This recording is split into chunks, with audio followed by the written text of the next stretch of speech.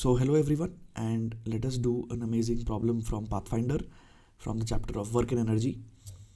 और इस तरह का क्वेश्चन डेफिनेटली जेई एडवांस्ड में आ सकता है. It is definitely possible because it is the right difficulty level and most of the questions in this section of the book build your understanding are of that type, and they in any given chapter they cover all the possible concepts or most of the possible concepts in that chapter at the difficulty level which is slightly higher than JEE Advanced, so they are very good for practice of this exam. तो you should pause the video over here and try this question on your own. किसी भी question को हमें खुद definitely try करना चाहिए before we watch the solution because it's a learning opportunity. So अब देखते हैं कि कैसे solution होगा. So we are given that there is a train and it is traveling along a straight path and it encounters a hill, right? So hill के dimensions हमें given है, it's like a triangle, right? तो A, B and C lengths are given. The length of the train is given. Initially the train is traveling with constant velocity and there is no friction, there is no resistive force of any kind. तो पूछा है what is the minimum speed of the train B so that it is able to pass over the hill, कि train ऊपर जाएगी और if the velocity is not sufficient then at some point the train might come to rest, right, and then it might roll back, right? So what is that minimum speed with which the train must be traveling to reach the other side, to cross the hill? और ये हमें given है कि assume that size of a bogie is negligible as compared to the rounded portions of the hill. So these are the rounded portions, 3 rounded portions, right, of the hill. और इनके comparison में bogie का size बहुत छोटा है. मतलब train को एक बहुत ही थिन थ्रेड की तरह मान सकते हैं कि उसका जो वर्टिकल डायमेंशन है वो ज़ीरो है, मतलब बहुत ही नेग्लिजिबल है, सिर्फ एक लीनियर डायमेंशन है. लेंथ 168 मीटर्स है but its thickness is negligible, is very less in comparison to these rounded portions, and the size of these rounded portions are in turn negligible as compared to the straight portions. So it's very interesting how this comparison has been given, right? So now let's move into the solution. तो मैंने यहाँ पे train की 4 situations बनाई है. So initially the train is, let us say the train is travelling with the velocity v naught, right, और it has just encountered the hill, right? So इस situation 1 से सिचुएशन 2 में अगर मतलब कुछ portion of the train has already risen तो obviously train की speed कम हो चुकी होगी. And of course there is one thing that because the length of the train is constant, the speed of all points on the train will always be the same, right? So her point की speed same है. Train के सारे points की speed जैसे train leftward move कर रही है तो जो ये horizontal portion में ट्रेन के parts हैं they are all moving towards the left with the same speed v, and all these portions are moving up the inclined plane with that same speed v. क्योंकि अगर किसी भी portion की speed ज़्यादा हो जाएगी then the train will have to stretch or compress, right, and that is not possible. So all the parts of the train are moving with the same speed, right? So इस situation से situation 1 से situation 2 में some parts of the train have gained a potential energy, right? So ये वाले parts जो थे वो पहले ground पे थे और अब ये they have all gained some height, they have all gained different heights. तो ये वाला point has gained the maximum height, but they have all gained some height. So basically what I'm saying is that some parts of the train have gained a potential energy, and that potential energy must have come from the kinetic energy of the train. So as a whole the train की speed कम हो चुकी होगी v not से, right? Moving on, तो अभी भी इस situation में, so compared to 2 and 3, now compare 2 and 3, the speed has again reduced. So 3 में और भी कम हो चुकी होगी speed, right? Why? Because again compared to 1 and 2, compared to situation 2, in situation 3 certain parts of the train have again moved up. तो इसको कैसे compare करेंगे? So let me draw a line over here. So this is, let's say, this line, and I'll draw a line at the same point in the third diagram. तो ऐसे सोचना है आप ध्यान से कि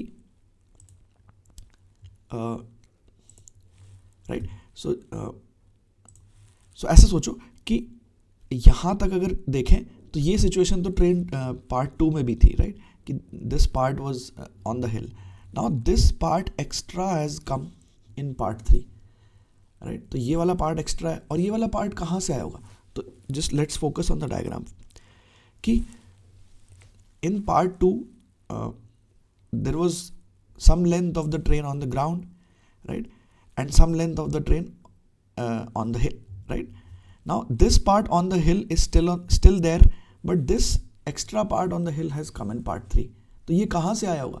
तो ये कुछ ट्रेन का जो नीचे जो पार्ट था उससे आया होगा, राइट. तो ऑफ कोर्स हमने ट्रेन के पीछे वाले पार्ट को काट के आगे नहीं लगाया है, that is not what we have done actually, but effectively ऐसा कह सकते हैं, मैथमेटिकली ऐसा कह सकते हैं कि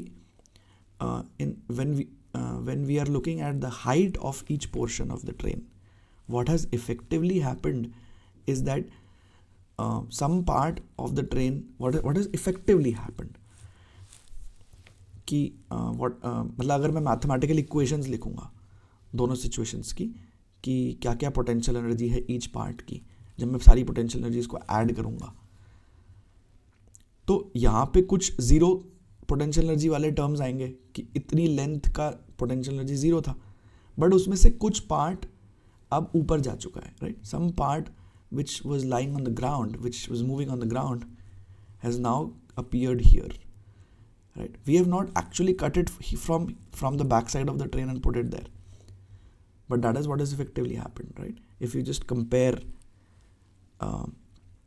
these two situations, right, if you just want to say कि इन दोनों सिचुएशंस में पोटेंशियल एनर्जी में क्या डिफरेंस होगा, सो इफेक्टिवली यही डिफरेंस है कि जो ग्राउंड पे था यहाँ पे पोर्शन वो आगे चला गया, so potential energy has increased because height has again increased.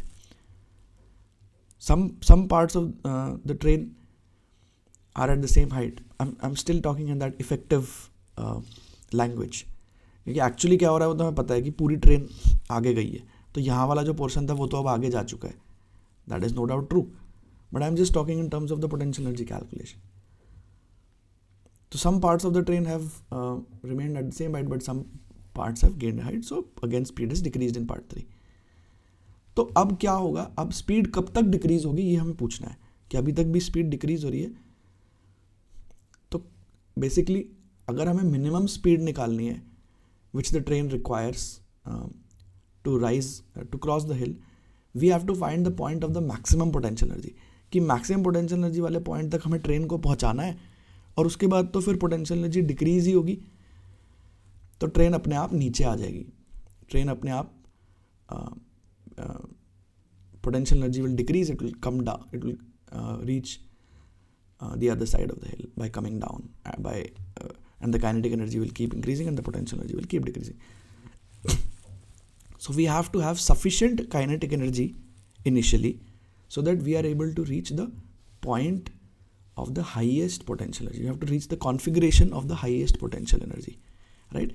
तो अब सिचुएशन 3 को देखें अगर, तो इफ ट्रेन moves on, तो अगेन ऐसा होगा कि पीछे वाले पार्ट से कुछ छोटा सा पोर्शन हटा के मैं यहाँ रख देता हूँ अगर, that is what will happen if I move the movie slightly forwards. तो ऐसा सोचो कि एक मूवी चल रही है, उसमें ट्रेन आगे मूव कर रही है, तो अगर मैं थोड़ा सा आगे मूव करता हूँ उस मूवी को, तो इफेक्टिवली यही होगा ना कि ये वाली लेंथ कम हो जाएगी थोड़ी सी, ये सब बराबर रहेगा जितना ये है, और थोड़ा सा यहाँ से जो पोर्शन कम हुआ होगा वो आगे जाके अटैच हो जाएगा. इफेक्टिवली ऐसा ही होगा.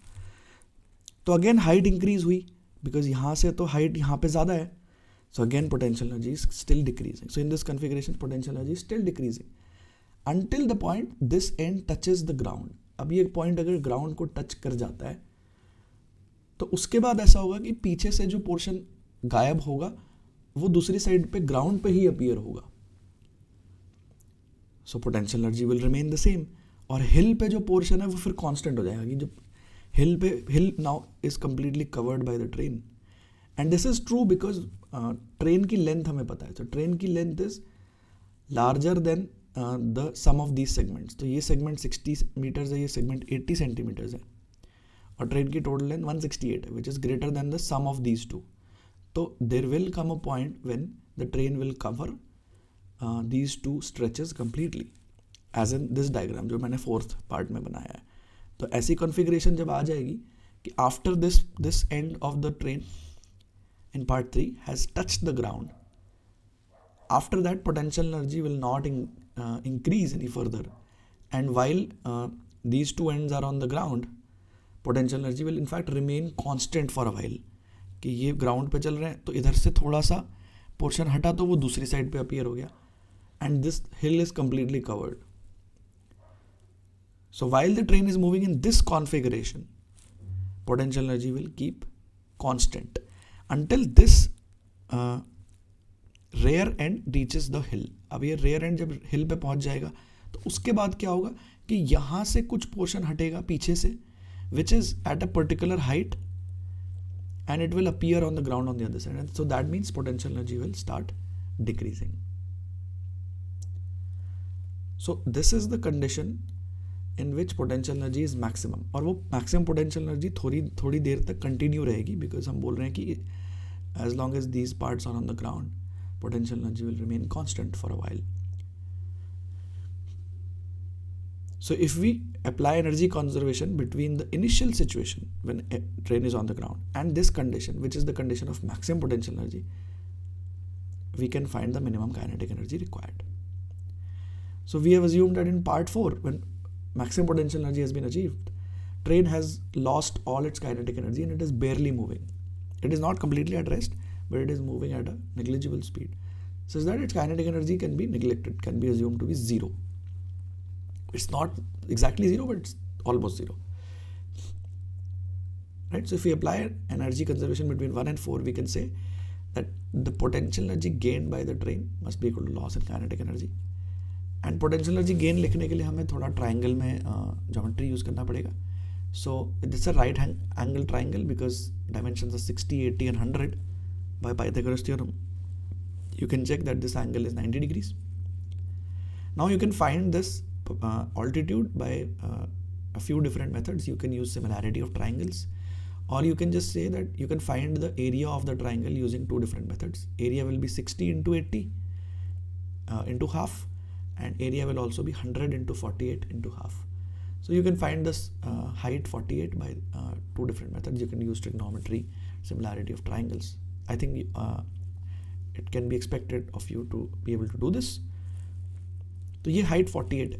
तो यहाँ पे जो ये स्ट्रेट सेगमेंट्स है, इनका हमें पोटेंशियल एनर्जी अगर लिखना है तो we will find the height of the centre of this segment. तो ये वाला जो सेगमेंट है इसका हाइट 24 पे है, बिकॉज जो पीक है उसका हाइट 48 है, तो सेंटर का हाइट 24 होगा. Again you can use similarity of triangles. You can drop a perpendicular here and there will be two triangles, this big one and this small one, and you can say because their hypotenuses are in the ratio 1:2, their heights will also be in the ratio of 1:2.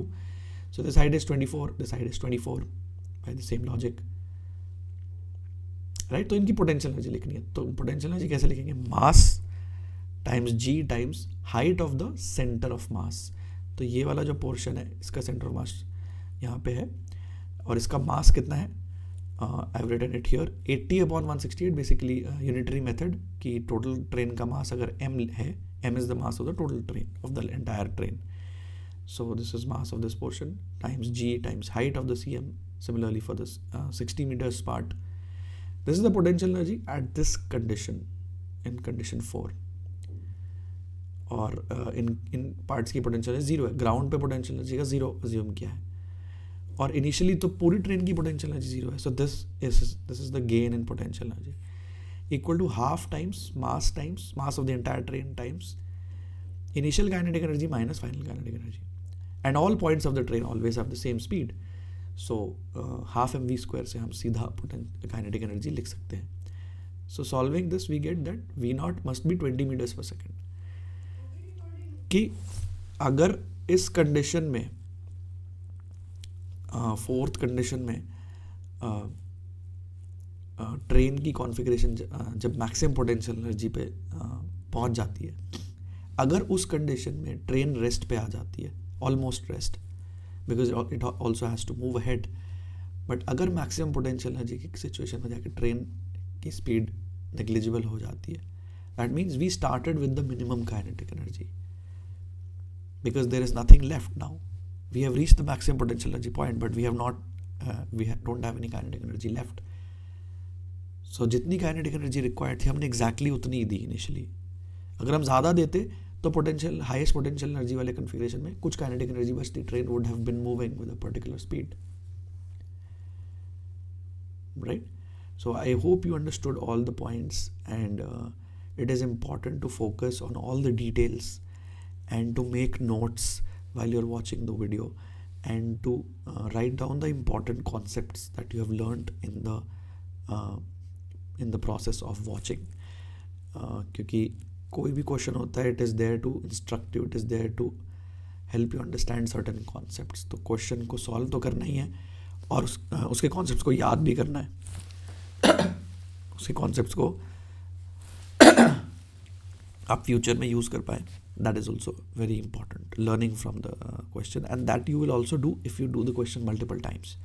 Sometimes in the first attempt, even if you have solved it, you do not appreciate the entire depth of the question. Sometimes ऐसा होता है हमारे साथ कि question गलती से हो गया, मतलब ऐसा लगता है. Obviously आपने अप्लाई किया है, आपको अंडरस्टैंडिंग है, बट आपको उतना डेप्थ में, उतना क्लैरिटी से अंडरस्टैंडिंग नहीं है. मे बी अगर आपसे 4 दिन बाद ये क्वेश्चन पूछेंगे तो आप थोड़े कंफ्यूज हो जाओगे, या आप ज़्यादा टाइम लेके सॉल्व कर पाओगे. So when you do it multiple times, every time you do this question, और क्वेश्चन अच्छे डिफ़िकल्टी लेवल का होना चाहिए, which you do multiple time, थोड़ा ठीक लेवल का होना चाहिए, so that it is able to teach you something. तो उसको जब हम मल्टीपल टाइम्स करते हैं तो we gain confidence every time that मैंने फिर से कर लिया, तो देखो पहली बार किया था तो it was not a fluke. तो हम अपने आप को बिलीव दिलाते हैं कि जब भी कोई क्वेश्चन आएगा तो मैं कर लूँगा. तो सिंगल क्वेश्चन को मल्टीपल टाइम्स करने का भी बेनिफिट होता है, as opposed to doing different kinds of questions. So I hope you liked the video, and thanks for watching.